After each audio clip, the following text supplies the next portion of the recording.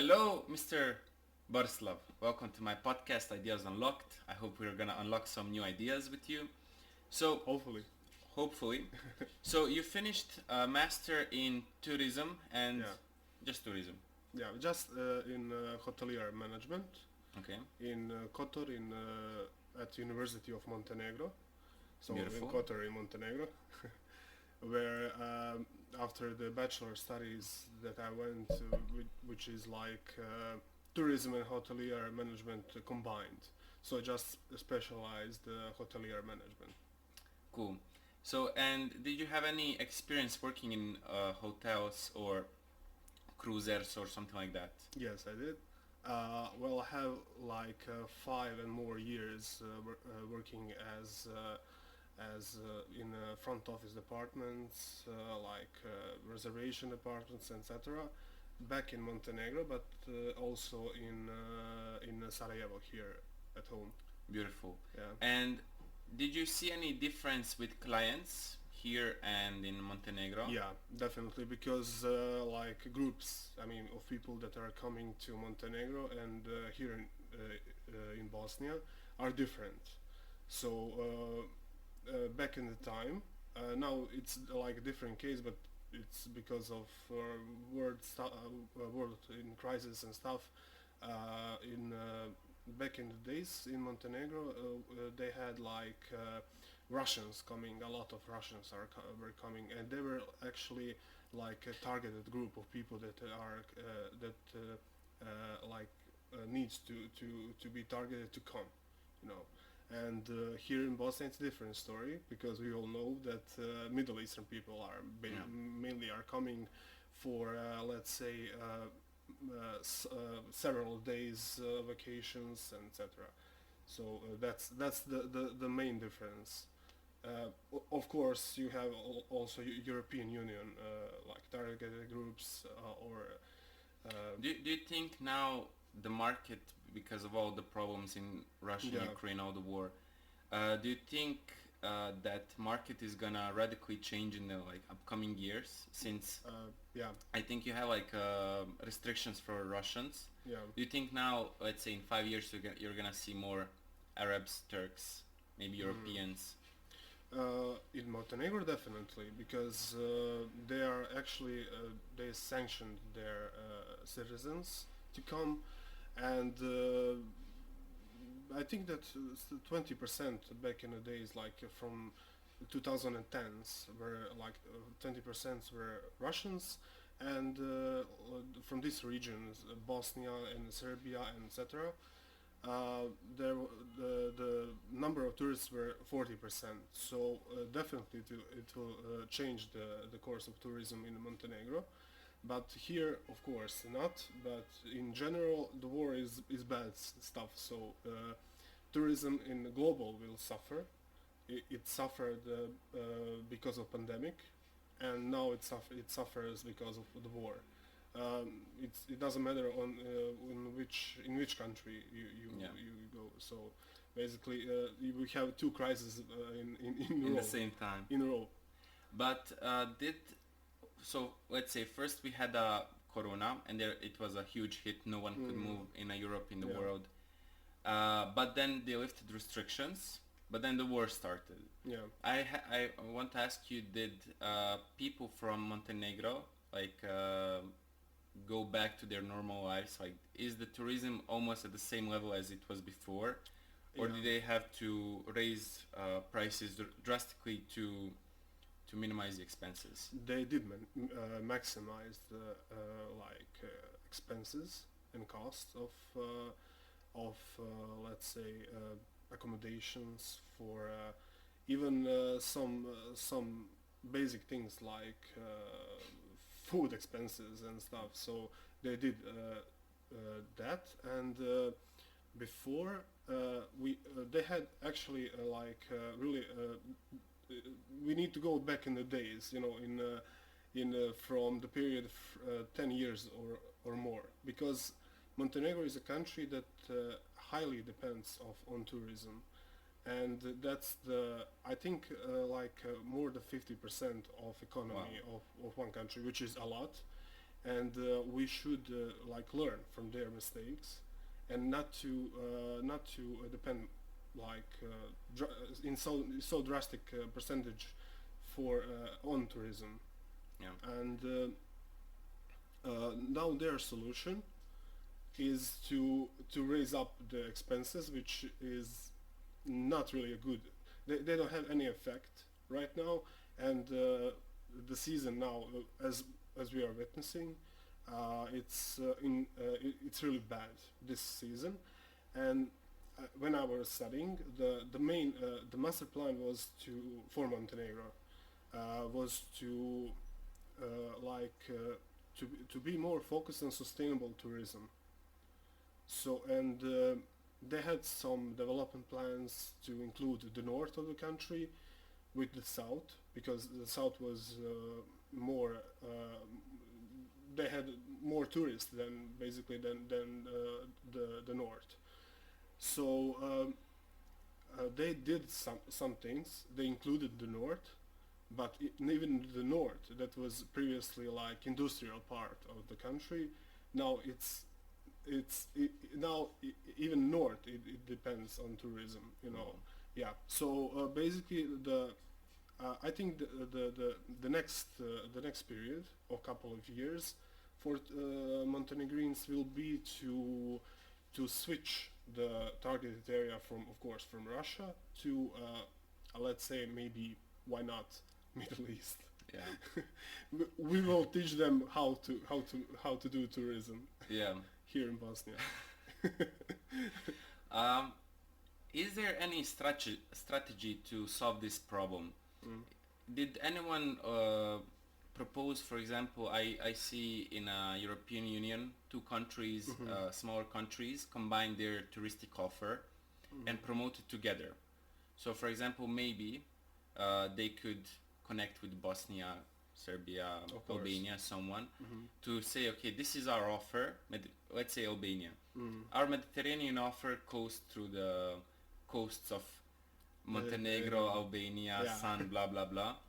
And with this, try to merge two markets and have like a bigger, like raise the economy, raise the market, and have more reach in Europe, Middle East. Yeah, Middle East. Where not? Oh, definitely, but we need to know that that's like some bigger issue, let's say, because every tourist that comes in, let's say, firstly in Bosnia, which is now, and we'll talk about Bosnia, of course. Bosnia is transitional destination. It's not like Montenegro. In Montenegro, it's seasonal destination. So where people come, stays for a couple of days and or more. Even the Russians were like 1 month in really. Now you have even Russians that are living in Montenegro, even though of, I mean, these kind of problems that are going on. But when someone come in Bosnia, let's say, and he wants to go to Montenegro, what we'll see in the border is like huge overcrowded border, like where they need to stay like 2 or 3 hours in some drastic situations, but in normal, let's say, half of an hour. And when he comes to Montenegro, when he wants to go even to Albania, it's the same thing. So what I think we need to do all together is to work on that, to work on border control, to work. This is like I think the primary let's say task for our governments to do that, because of people moving, not even for tourism, for everyday life. But let's say tourism has multiplicative like effect on other parts of the economy. If the economy is good, because, well, let's say economy in Montenegro is not really great, but you know, they depend on tourism, and tourism gave them like some life to, you know, like at least at seasonal level, they really have a huge income of tourism. But as we see, like two crises together in a row, or in row, one after another, they have a huge issue with functionality of the country, of the whole country. And Yeah. of course the country is not really big. It's like 600k habitant. It's huge. It's huge. It's humongous. Humongous, definitely. So yeah, what we need to learn from them is to see that sustainable tourism is the only way how we can develop our tourism in general, because of course there is other fields of the economy that we need to fix. Of course, that's that's the main thing. But as we speak in regards of tourism, we need to focus on sustainable tourism, and to firstly and primarily to defend our natural attractions, which are of course touristic attractions, but at the end, as a product, we need to defend those natural resources from tourism, but for tourism. So let's say it like that. I understand. Yeah. Are there any initiatives to protect these natural resources? I know here in Bosnia we have maybe it's the same, so it's probably the same thing. Mhm. We have a huge problem because a lot of our rivers, I Yeah. have to say, don't colonize us. We have a lot of water in Bosnia. A lot of our rivers are getting, they're putting hydropower dams, Yeah. and they're basically ruining ecosystems. It's not just that you're gonna produce some electricity, Mhm. but the thing is, if you dry up some river and make a lake, then rest of the place is not gonna be forest anymore. It's just gonna start burning. Yeah. So there is some small initiatives, Small, like just very small. very small. Then at the end, they lobby people. I mean, they lobby people to sign to not put these dams. For example, there are more initiatives not initiatives, but there's more problems waste management, etc. But the thing is, I don't see that there's a structural solution to solving this. Not just from country, but inside these organizations, they don't say, okay, we have these problems. Here are solutions. This is what you should do. This is what you should not do. This is what people can do. And then you make the whole system based on this problem. And you say, okay, we need money. You contact NGOs. You contact government. You contact embassies, etc.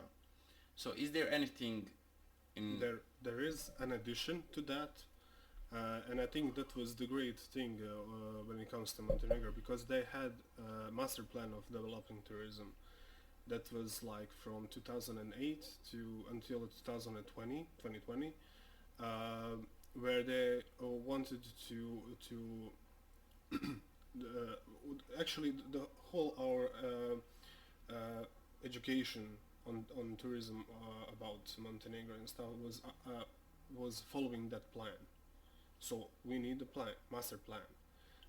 You said we had some initiatives about rivers.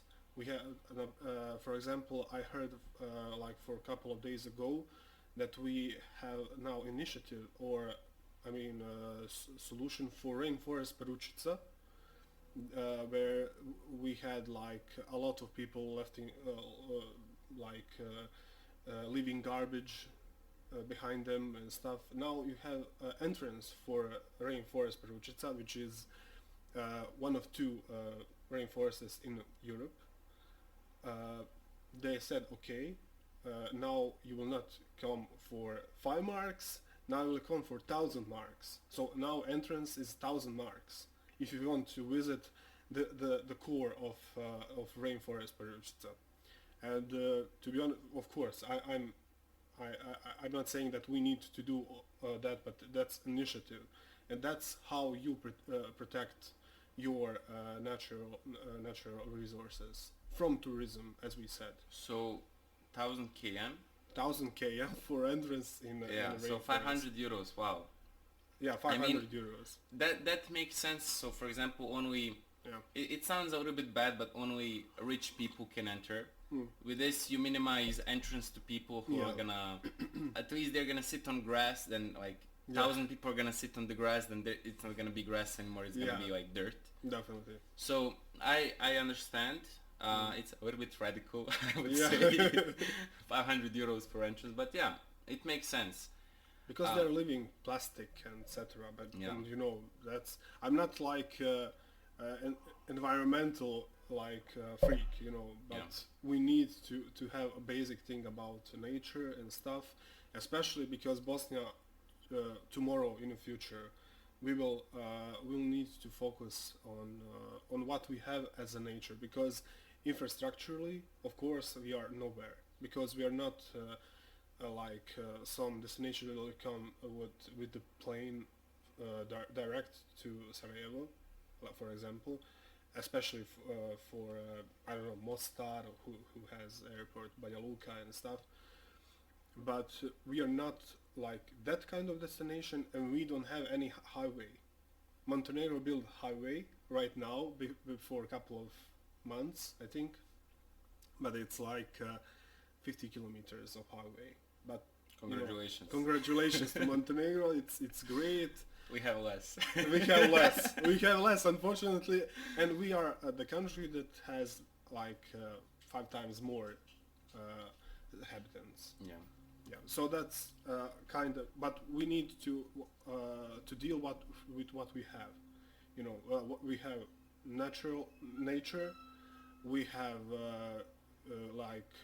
we are really welcoming nation towards everybody. I think like Bosnians are like that, and of course Montenegrins are as well. But we are talking about, let's say, let's move to Bosnia. For a little bit. One thing I really, I'm gonna be honest, I hate about mentality here is that they think you have a problem, there is only one way to solve it, one solution. But we've been traveling around Europe. Recently I was in France, and I was shocked how many organizations there are about specific problems. Let's say ecology. Let's say local government from, I don't know, somewhere in Bosnia says, okay, I'm just gonna contact 10 NGOs. I need their logistics, I need their help, I need their... And the worst thing is, they give you money. Okay, you have a problem, I give you money. Yeah. And it's so bizarre, like everyone is sitting whole day on their phones, on their computers. Like, why not just type, like just research these things? European NGOs about ecology. Yeah. Boom, 20 organizations. Boom, hello, can you help me? Blah, blah, blah. You make initiative, you get new ideas, you get new people, you see that there is some movement. One thing, for example, I don't know, I lost my track of mind, but there is solutions, but you have to find them, you have to search, you have to be willing to make a first step. That initiative, the master plan, you said, I think like we should have at least master plan, at least something. I see it also, like I watch a lot of YouTube and stuff, and I see they make a plan about something. They like talk about it, but then you see, okay, not everyone is willing to listen. Can you make a small poster? Don't I don't know, for example, don't eat meat, don't do this, don't do that, don't smoke cigarettes in forest or whatever. Something very simple that works for someone who doesn't. It doesn't work. It doesn't work? It doesn't work. It doesn't work because we are, and you said like mentality and stuff. We are the nation that are tolerating putting river in how to say, in just one place, you know, in not natural place of the river, and we are tolerating that, and I think that person that have that project, it's only for his own benefit. It's not the benefit of everybody. So we need to find a way to understand this, because like that river, that water is not only for humans, it's for even for animals, for forest, for nature. Of course. So you cannot give to one guy and that, and Yeah.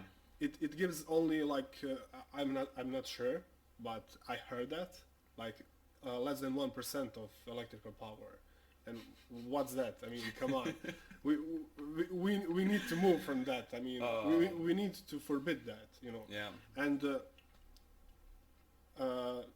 saying that, I mean, if we tolerate that, how we can tolerate that thing about rainforest, or I don't know.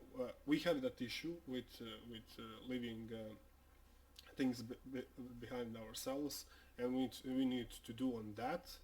That's that's not the tourism. I mean, what we are talking about now. It's about good habits, and that's Yeah. it. I'm gonna like go astray a Yeah. little bit. Yeah. I had a colleague in France Yeah. who did a project about windmills, but they're not the windmills that are like spinning like this. They're like vertical ones that I don't know, spin like this. Yeah. So the plan was they should be like 2 meters high, maybe less, and they like you have a highway, two cars are passing, and there's like a middle space. Mhm.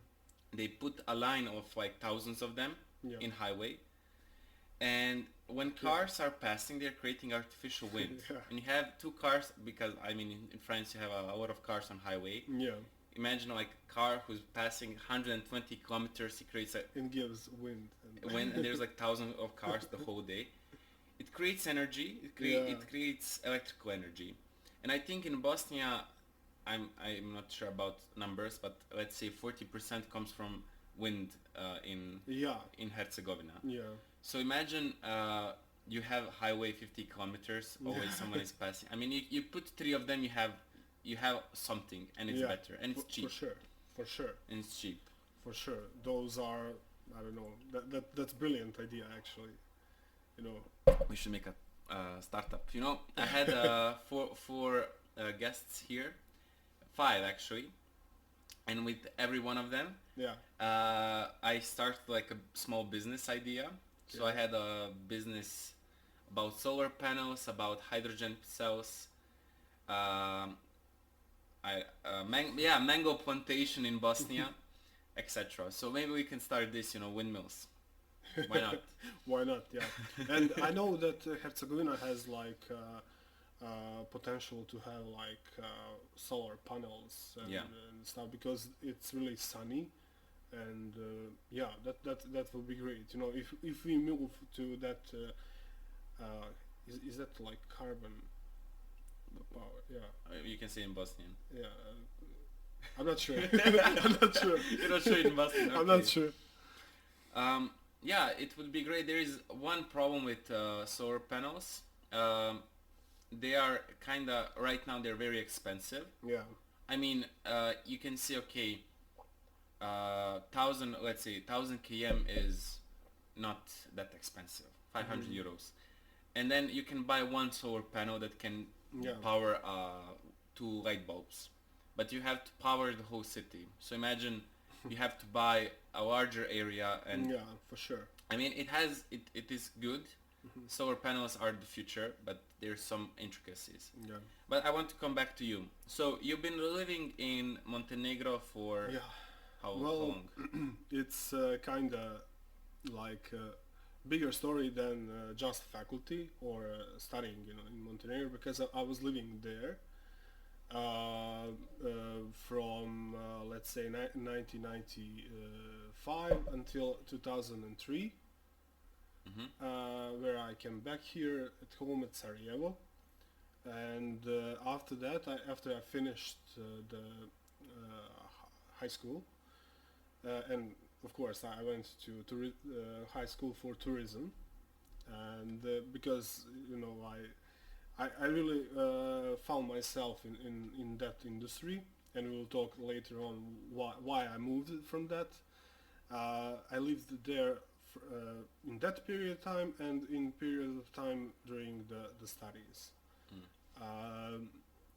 I was studying like let's say 5 years from 2009 until 2015, and yeah, I was actually working and studying.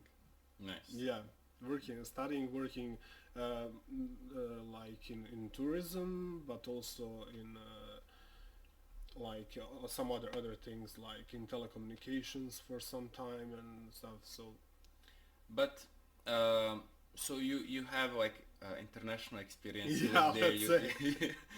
so is there like we talked a little bit about mentality here in Bosnia. Is there any difference? Is there any similarities? There are similarities. I think that we are really let's say similar to Montenegrins. But at the end, Montenegrins are like more, let's say, and people who knows me, Montenegro knows that I'm not meaning anything like bad and stuff, but they're like limited in that in that in that area, you know. Yeah. They're thinking only about Montenegro, and that's it. You know, Beautiful. because if you ask him some, I don't know, geographical thing, you know, where is Banja Luka, he needs to think twice. Or, Yeah, you know. yeah. For example, but in general, we are similar and we are funny to each other. Ah, yeah. So, because I was like when I'm in coffee shop or Yeah. something, even when I speak, of course I speak like with Bosnian accent, and when I see not my friends, but when I see somebody in the distance, I see he's looking at me, he's like laughing, you know, like look at him, he's Bosnian. Come on.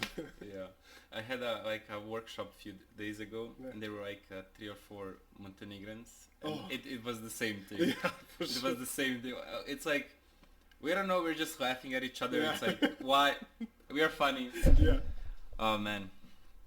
My mother once couldn't start to laugh at my roommate. He was just speaking regular things, you know. He's from Podgorica, and you know, she laughed like a lot, you know. Do you think when I shave my beard and I leave my mustache, could I pass like a good Montenegrin guy? Definitely. Like this, you know? And because you're tall, you know. He's tall, so he would pass as Montenegrin for sure. There is you send me, but there is a video where a guy from Montenegro, he's like an old guy. He's like a guy from a hill or mountain, and he Yeah. has like a big mustache. Yes. It's like curling. He's like talking about new generations being Old school. old school. Yeah, basically new generation is retarded. That's his words. Every generation has something to say about other Yeah, generations. yeah. There is like a text that says like I'm paraphrasing like these new generations are not they're very like fast thinking, they don't care Yeah. too much, they care about themselves, blah blah blah blah Yeah. blah, and you think, oh, this is like 10 years ago, and Me. it's like 6,000, no, not 6,000, it's like 2,000 years ago in like antique Greece. Yeah. Like Plato wrote this, or man, yeah, Maybe that was the case actually. We don't know. I mean, yeah. But so Montenegrins are funny, but are Bosnians funny? yeah, for sure. Yeah. For sure. I mean, I need to tell that, right? No, I think we are the nation with good humor and stuff. Yeah. Can you tell me a joke? No, I'm bad at joke. Yeah, we are naturally funny. We We don't have. say words. Yeah, we were just, you know, like. I have jokes. Anything. I have one joke. I'm gonna be honest. I have only one joke. I say it all the time. So it's a dark humor. So don't get scared. Don't So get disturbed right now. you what? Don't get disturbed. Yeah, don't get disturbed. Yeah, So there is a grandson, and there is a grandfather. yeah. So grandfather tells to his grandson, "Come and sit in my lap." You know, like do I don't Yeah. know, like so they can hug or whatever. And he comes and sits. Yeah. And grandfather asks the grandson, "Can you feel a finger in your butt?" He's like, "Yes." Look at the hands. I didn't expect this. Okay. Uh, Oh my god. Is this going to like live or something? We'll cut this. No. No. I'm too lazy to cut. Oh man. Yeah, amazing. We have beautiful humor, beautiful people. But we for example, I know recently what happened. We had 45 days of how do you call it, like yearly vacation. Yeah, vacation. Yeah. But because everyone was abusing it, so for example, you have 45 days, but everyone was like 60 days off. They're always sick. No, it was, yeah, the story was about paid sick leave. So there was like 45 days, but everyone was like going even more. Yeah. So how do you call it? Like private companies, entrepreneurs were scared that like they were losing money, they were losing like workforce, they were not utilized properly, so they reduced it to 15 days. So it was funny because there was actually not that big of a backlash, you know, against that rule. Is there any like similar things happening in Montenegro where people don't want to work? They like try to avoid working, or like they simply don't, they have like, they're smart, they're like old enough to work, but they just say, I don't want to work.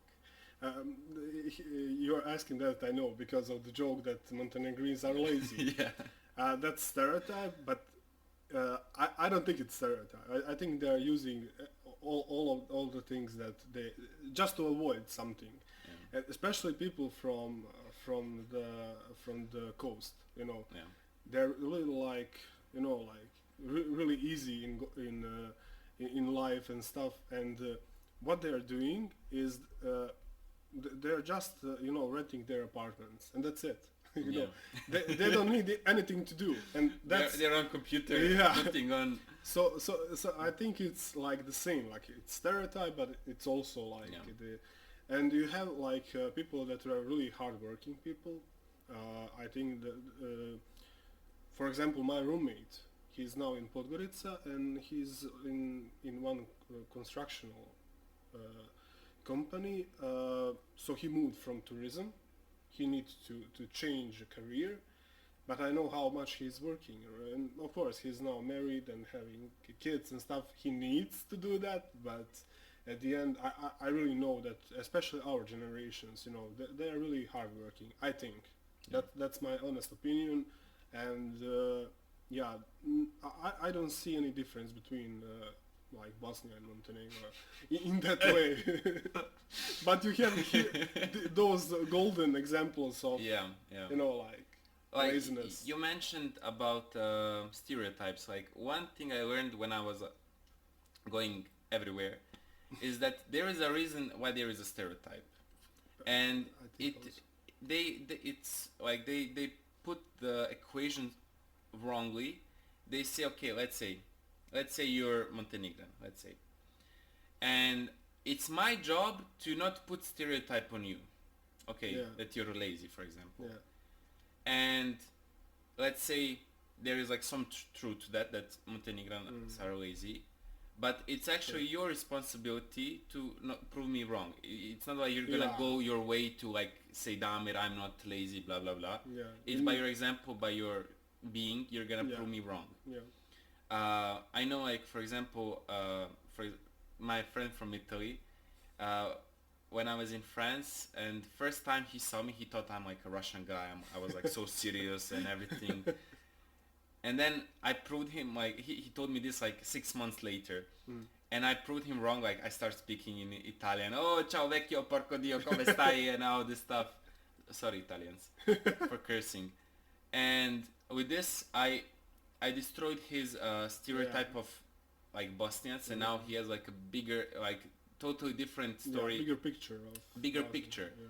So, for example, I met some Montenegrins on this workshop a few days ago, and you would say, oh, they're lazy, blah blah blah. They actually like are hardworking, but they like make jokes. If someone is late, they should do push-ups, and I was like, yeah. Next morning they're late, and they're like, everyone's like, yeah, do push-ups. They're like, can we eat these cookies instead of push-ups? So yeah,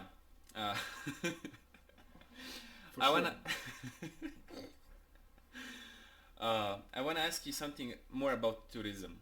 Do you think, from your own experience, that tourism on water, mostly on rivers and lakes, could be more promoted? But mostly, what I'm thinking about is scuba diving. I know Yeah. 1 month ago you went Yeah. scuba diving. You scuba dive maybe for 20 minutes. Yeah. Yeah. More or less. More or less. For friends, It was my first time. first time, but for friends we're gonna say half an hour. Yeah. So how was it, man? It was totally different, because it's a different world down there. I mean, it's obvious, and you're not breathing the same way, like I needed to adapt, and I'm a really good swimmer, and you told me that that's a bad thing actually about scuba diving, and I was like doing a couple of things, to figure it out how can I breathe under the water, and instructor that was really nice to me, like he told me, okay, do a couple of like dives, to see how it is, and I went, and when I got the courage, to go down there, I went like 3 meters, for friends 5 meters. I went there, and my ears went to, like Ringing, hurting me, and he told me like release the pressure, but I released, and it went like to hurt me even more, and he told me that I most probably I'm cold, I got cold previous days or something, and I couldn't go even, like down there, but you have equipment that's really heavy, and stuff, so you need to, I think that you need to find a balance between breathing and your you coordinating your body and stuff. But it was really great, and it was like scuba diving on the lake, in the lake. I mean, visibility wasn't like the perfect, but it's you can see, you can go, you can try, you can see, you can practice, and you can go to maybe to sea coast to try it, like, and I think like for example, scuba diving would be great for, let's say, people who are like actually doing that, like tourists that are doing that, he see offers, like scuba diving on the lake. He's like, okay, that's great, maybe we don't have that in our countries, and they want to try, I think those kind of activities are just going in favor of what I'm saying about sustainable tourism, because you are not affecting on nature, you're just diving, and that's it, and you are it's good for your own health, it's for you beneficial, but also for nature. I mean, it's not anything bad. So those kind of activities, I don't know, mountain climbing, I don't know, you can expand your offer and to promote yourself in this way. Yes. I know, like for example, in scuba diving, when you try it, when you get into it, you start thinking a little bit different, For sure. When you're from the top, you just see water. Oh, Yeah. it's water. Yeah. It's whatever. You swim there. Yeah. You take it to put out fires, whatever. But when you enter it, when you see life in lakes, rivers, even sea, Yeah. you start like having a symbiosis with it. You say, okay, actually, there is trash polluting.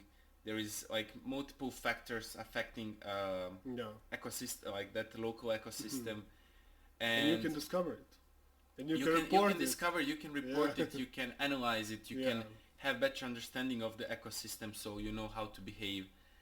I know also when you talk about your own benefits, I know a few people who, like, after they got in love with scuba diving, they stopped smoking. Really? So like That's great. I'm a non-smoker. so you like start thinking, okay, I really like this scuba diving. I like exploring, as you said, a new world, a third dimension. I when I smoke, I can scuba dive 20 minutes, like physically. But if I stop smoking, I can maybe improve. And you like see people, or at least they stop smoking, they turn to those like healthier cigarettes or whatever. So there was like always improvement, you know. And like through that I gain a bigger picture about like the general ecosystem in the world. Like let's say a lake where you scuba dived. You enter it, you see, okay, there is water, there is like plants, there's few fish, blah blah blah, and you have like in your head you have like 15 tasks of like an ecosystem. Yeah. And then you enter into another one and you see like more and more and more, and then like when you enter into sea, you see like that ecosystems are actually very complex. No, for Very sure, complex. You see symbiosis between the plants and the animals, plants and plants, animals and animals. It's amazing. And I think in some way, as you said, like a sustainable development of tourism, I think it should be incorporated. I think it should also be incorporated into schools. Yeah. So students from young age can like develop this way of thinking, to have this better understanding of their environment, surroundings, and make better decisions in the future. Yeah, for sure. And I think that was even in that master plan that, you know, I told to you, like in, let's say, SWOT analysis, that they wanted, I remember that it was like something about education for your youngest, to make you know, to start to have like good habits and stuff. So definitely, I mean, scuba diving, it's a great activity, to be honest. And I really, you know, like I felt that it's like a whole another world, as you said. And I think that it makes me that I want to do more, you know, like to practice it, you know, to go on deeper, to go maybe on even rivers or I mean sea, just to be, you know, like really, you know, down to the ground right now, because it's really an activity where you need to practice, as I felt. I think that you need some hours, some like dives to practice it and to do it on some level that it's not really dangerous for you or something. You can say that definitely more than me, but that's what I felt, that you need to practice if you want to. And the best way is to do it through education. Yes. From young age. I think even I mean, skiing it's the best when you start from 3 years old, and later on you are great in skiing. That's like in it's not like you will die and that's it. Yeah. You know, like you need to go to feel the pressure of the water. You need to see the oxygen. The oxygen, for example, is different. Is it right? Yeah, it's different. You need to breathe on the mouth, not on the nose as usual, and many other things. So practice it, definitely. Yeah. There is a Andrew Tate. He's popular now. The thing I'm gonna say, I'm gonna be Andrew Tate. Oh my God. So people say scuba diving is dangerous, but science says there is more people dying by simply not knowing how to walk than scuba diving. They don't teach you that in school. Join to Ideas Unlocked podcast. Subscribe now, because we can. But actually, like this, everyone says like scuba diving is dangerous, but actually, if you don't know how to walk, you're gonna die. It's so simple. I know there's like some immobile people. I'm not talking about them. Yeah. But if you don't know to do anything, you can die. For example, that coffee you're drinking can be hot. You can burn yourself inside. You can burn your organs. There is a way, you know. I don't know. Cat can jump And jump on oh this. my. Strangle herself. Hopefully not. I Really. hope not. But you see what I'm trying to say. Like if you don't know how to do something, you can die. And with scuba diving is the same thing. If you listen to methods that are proven through 100 years of scuba diving, even more, you listen to your instructors, you're careful, and you're concentrated, it can be like walking on the street. Statement. I felt it. And who that guy was? So Andrew Tate, he's a guy, he's a British American Okay. Kickboxer. Yeah. Really? Yeah. Oh. He's a 4-time worldwide champion kickboxer. I don't know the guy. I don't like that fighting sports and stuff. Yeah, and he's like he's now in Romania. Okay. His coach was actually Bosnian, I think Gračanca. I don't know. And he, like, when he talks, he's super masculine. He's like, it has to be this and that. But yeah, and he has a podcast. He's like, the way he marketed his podcast is so funny. Yeah. How easy it is and how successful. So I'll watch it. So you enter into his Hustle University. You pay Hustle $50, and he gives you some program, some bullshit. But the end goal of the program is you create a YouTube channel based on his name, Yeah. and he creates a video. You copy that video, you remix it, you add some bullshit, you add a song, and that's it. And the thing is, there is 70,000 people doing this, and imagine 70,000. 70. And imagine one day, Multiply with 50. Okay. yeah, imagine Better than tourism. every day let's say he creates 2 videos every day, Yeah. times 30 days. That's 60 times 70. I don't know. That's 42,000. No. Mm. 4,200,000 videos per month. Imagine that. That's a better promotion than anything. Yeah, for sure. And now that is the reason why he's popular. We don't have that Hustle University. We're gonna make Ideas University. Be careful on that. Better one. We're gonna launch it 1st January 2023. So new year, new startups. Exclusively. You're gonna get ideas about tourism, about engineering, about some care about cats and dogs, how to market and all this stuff. But when we're about marketing, one inspiring story I want you to tell me is how you transitioned from tourism to media marketing or digital marketing. Sorry. Marketing, yeah. Well, that's the new thing, yeah. And now it's like, like that guy was speaking all the time about tourism, and now what digital marketing. But, when pandemic started, like in 2020, we all saw the consequences of that, and tourism, of course, as something as vulnerable industry, it stopped completely. You had I don't know, from hotels, local hotels, to, let's say, cruise ship companies. We saw all those pictures about cruise ships that are just, like in one place, like it looked like, I don't know, the collapse of whole world, and yeah, I firstly, it's shock, to move something that you love, to something that I need to find what I'm going to do right now. And first I had some job about outsourcing and stuff, but I didn't like it because it's just one place, like job and stuff. So I was started to searching to see to expand myself in something new, let's say.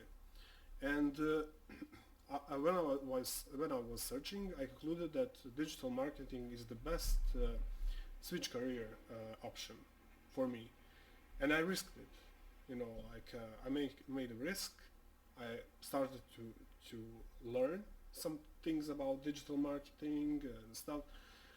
And within digital marketing, it's the whole world. You need to pick something now in digital marketing. So I started to learn that. For me, that's just a tool. Paid search advertising. So basically, you are doing advertising on search platforms as Google and Microsoft, etc. So I started that to, let's say, to to go on some courses and stuff, and it benefit me in a way that I was ready to start to doing that, like from last year, from let's say July, I think, so July 2021, where I went with one MCC agency. So my MCC agency means that that's my client center agency, where one freelancer needed his own associates to do some tasks, like some basic tasks about paid search. For example, that's PPC or pay-per-click advertisement. So that period of time was beneficial for me because I entered in the industry and I learned some new things, like in practical way. And from that practical way, now I can see a bigger picture of digital marketing, how it goes, how you reach to the audience, how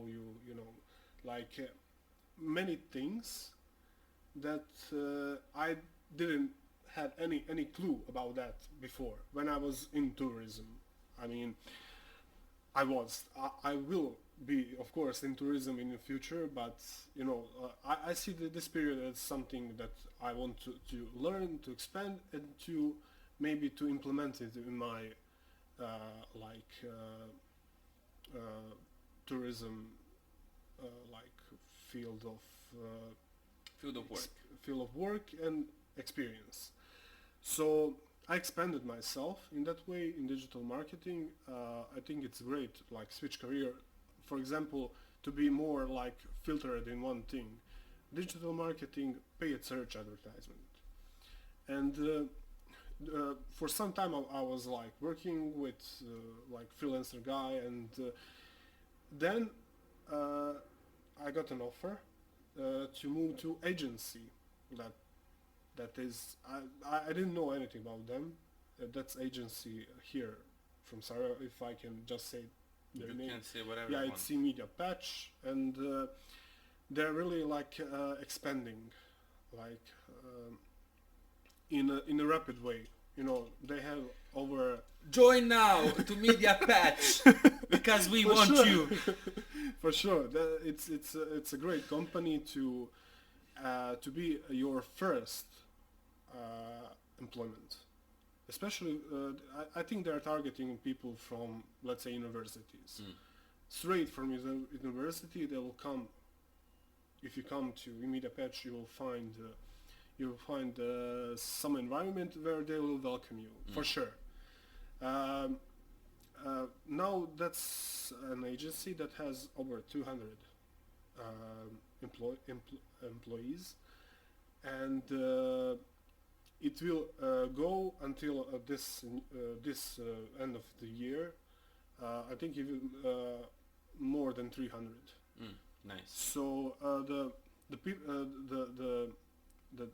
things that are the things that you learn there are beneficial for you because you're working with international companies where you are in direct communication with, I don't know, American colleagues from other agencies that are working on specific client. You are with that team, international team, and you are you are a decision maker. It's not like in some other fields of where you just you're just worker. You here you have open space to learn and to have ideas unlocked. Beautiful. But when you do media marketing, when you transitioned, how hard was for you to transition from tourism? It was really hard, but I think it was the thing about something that is bigger from myself. You have pandemic. You need to figure out what you're gonna do. And I think that's the positive side of our mentality, because we develop in every environment. you have crisis and stuff, but you will find a way to, overcome it. yeah, definitely. And at the end, right now I'm like 7 months in that agency in EMP. It's like Beautiful. shorter way, and now I even moved from paid search. They saw me as, you overcame that. Now you will work on something else. So I was like, come on guys, I need to learn something new again. I can't do it anymore. First university, then this transition, then now again. But it was easy for me because I have something like a background, Yeah. and now I'm working in programmatic marketing. People who will see this, who wants to maybe to find his side in this story, they can just search what is programmatic marketing. It's not something new, but it's something that is raising, like from that world of digital marketing. And yeah, I think you just need to adapt it for new circumstances and stuff. Uh, Through your process of learning digital marketing, and marketing, I'm not gonna give a definition, but you have to put out the word about something. And through your process, did you learn anything about like how to communicate better with other people, how to get your ideas reach better? Definitely, especially now in this field of programmatic marketing, where I'm all day long with communications with communication with my colleagues from US. We are working with MediaCon as their partners on really same level of decision making and stuff, where I'm in position after 1 month in programmatic marketing that I'm teaching Americans how to do something. They miss that. In their process of learning, they miss that. We have we have that knowledge. We will share with them. And that's why this thing about digital marketing is growing, and especially with one agency like this, which is bright example of Bosnian economy, for sure. At least at local level, I mean in Sarajevo, where you have one agency that is in communication with with whole world, basically. And we are in one place. We are based in the center of the city, and we are like inside basically agency, but we are working like worldwide, for, let's say. Would you recommend people who are working in industries like tourism, how do you call that industry, food, where like Yeah. the scan woman, I don't know. Okay, yeah, sales. Salesperson, Yeah, salesperson. people on Construction, what? kak- Come on, say it in Bosnian. šalterše, Aha, okay. Administrative. administrative jobs. Yeah. Do you recommend them transition to digital marketing? Well, definitely. Who wants that? It's not like everybody is for digital marketing. People are good in something else. For my example is like, I'm, let's say, good in marketing, but I'm good in details and stuff. So people who are oriented in that marketing, definitely they need to. If they are having interest in marketing, they are like, as you said, salesperson or administrative worker that wants to switch their careers. They are enough from their work, that's like I don't know, especially administrative jobs, they are really monotone and stuff. If they want, they can move from it. But yeah. Sorry, so just to recuperate the story. So there was a corona, and you started studying about digital marketing. Yeah. How did you start? Did you go to some course? Yeah, just course. Just course. Where? Udemy. Ah, Udemy. Okay. Yeah, just Udemy courses. And do you think they are they're good learning material? Definitely. If you find a good course, because of course in Udemy you have everything. You can just search for I don't know, platforms that are similar to Udemy. Mm-hmm. I'm not really sure right now which one are like similar to Udemy, but you can search for it definitely, and you can start with courses. But again, I'm not saying that people should give up from universities. That's you know, I'm not saying that, but they are enough to start this kind of job. And I want to, as you said, I want to clarify this, what I mean.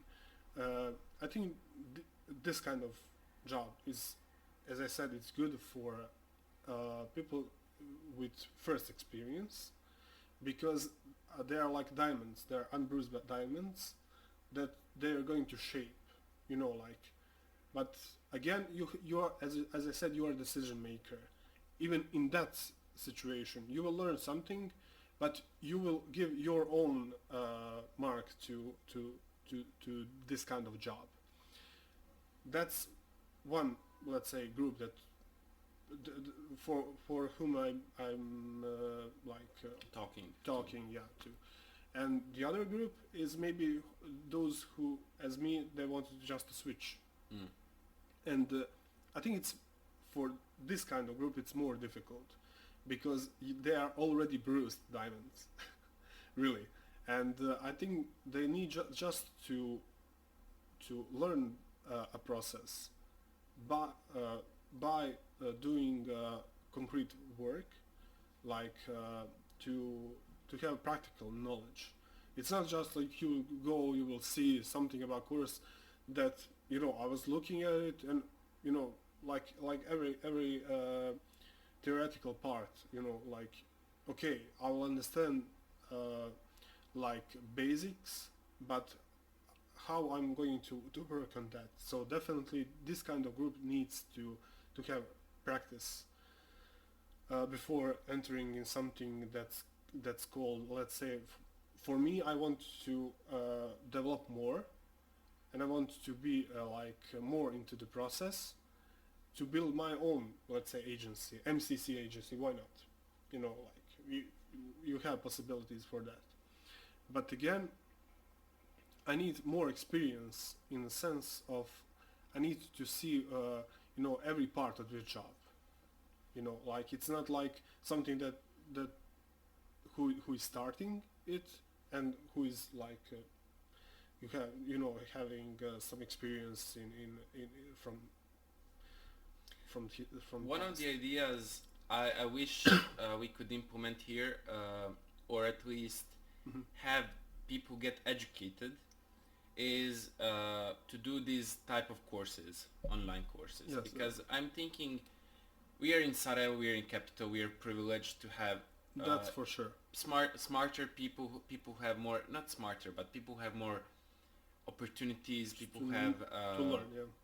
You have everything here, but people from smaller villages, smaller cities don't have same opportunities as us.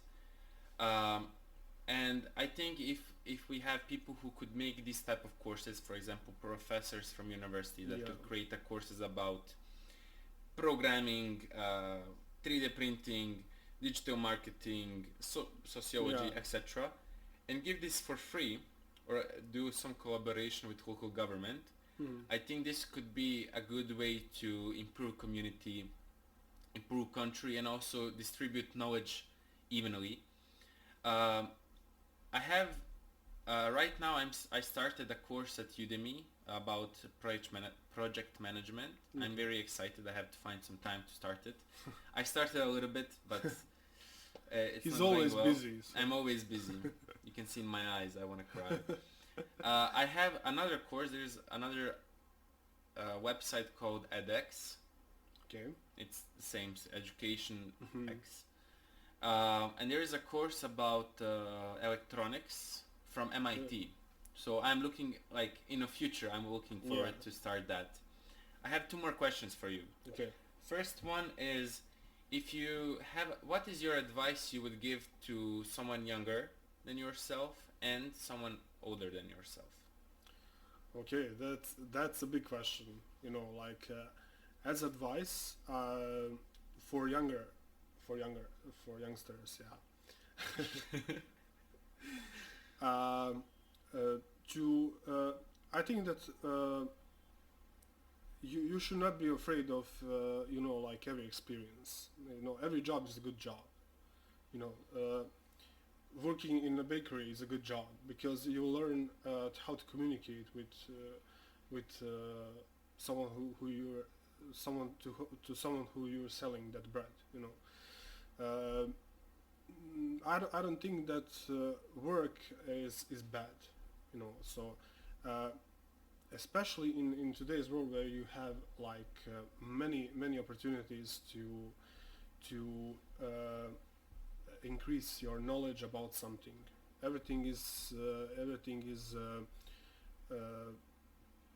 Uh, like it's online. You know, you have sources where you can learn something.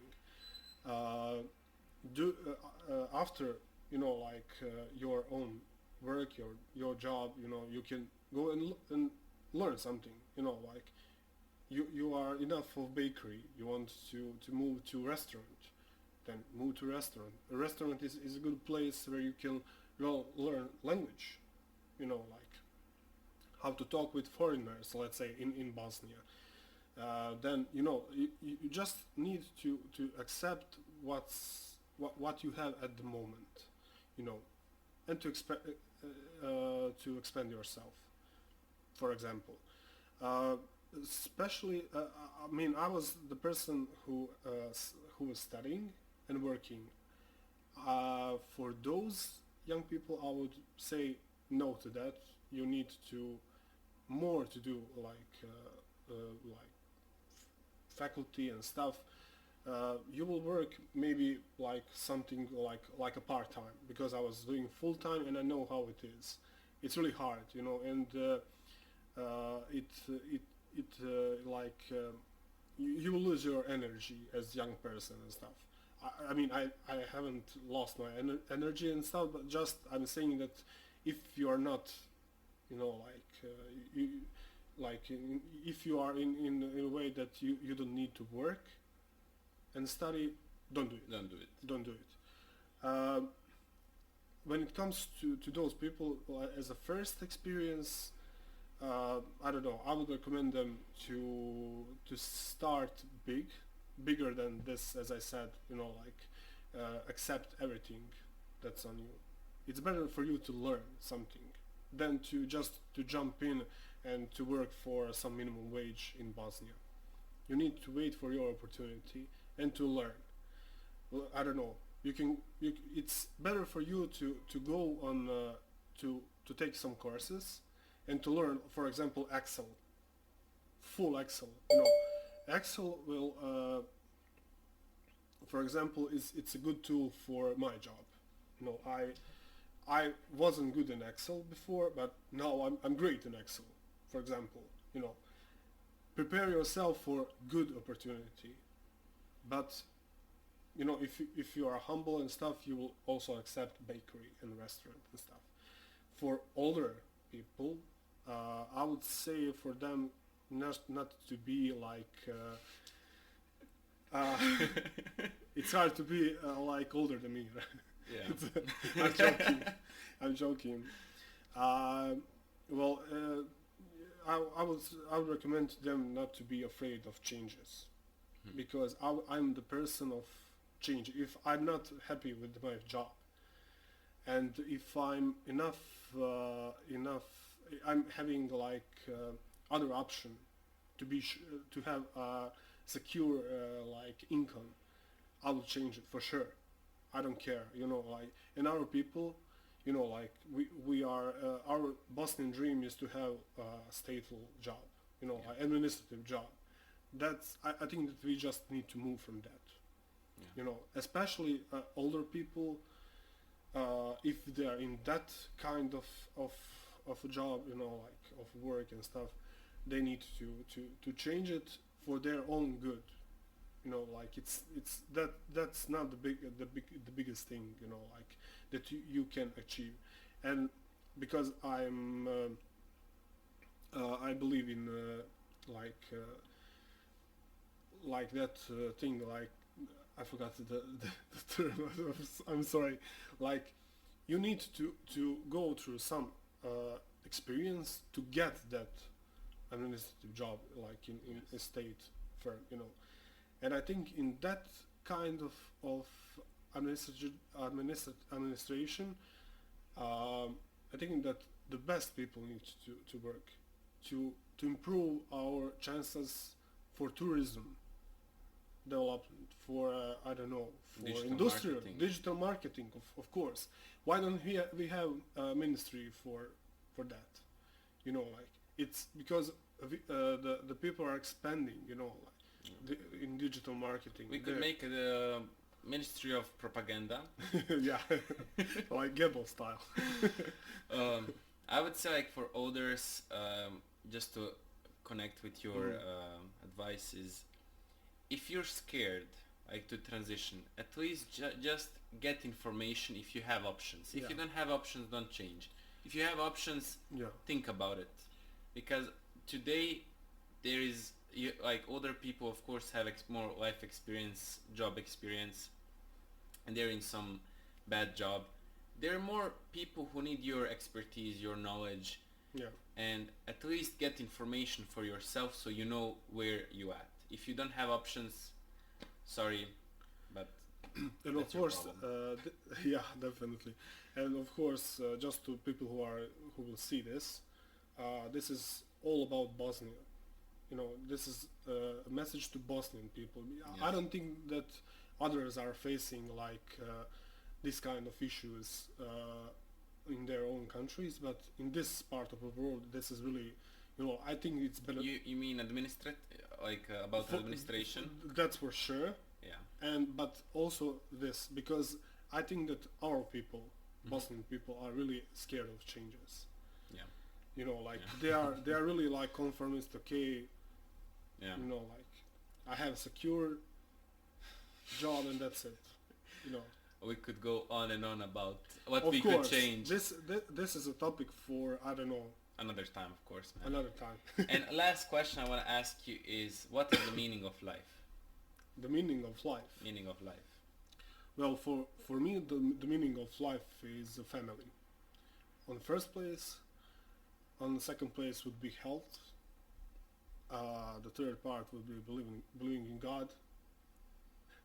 I mean, not in the sense of, I don't know, Christianity is, but to believe in something that's called love and like modesty and stuff. I would say that to have a good like a job, it's just after that, and like we can say more things after that, but like those are, I think, for most important things. But I mean, do not believe like blindly in God. Yeah. Be modest. Andrew Tate back on.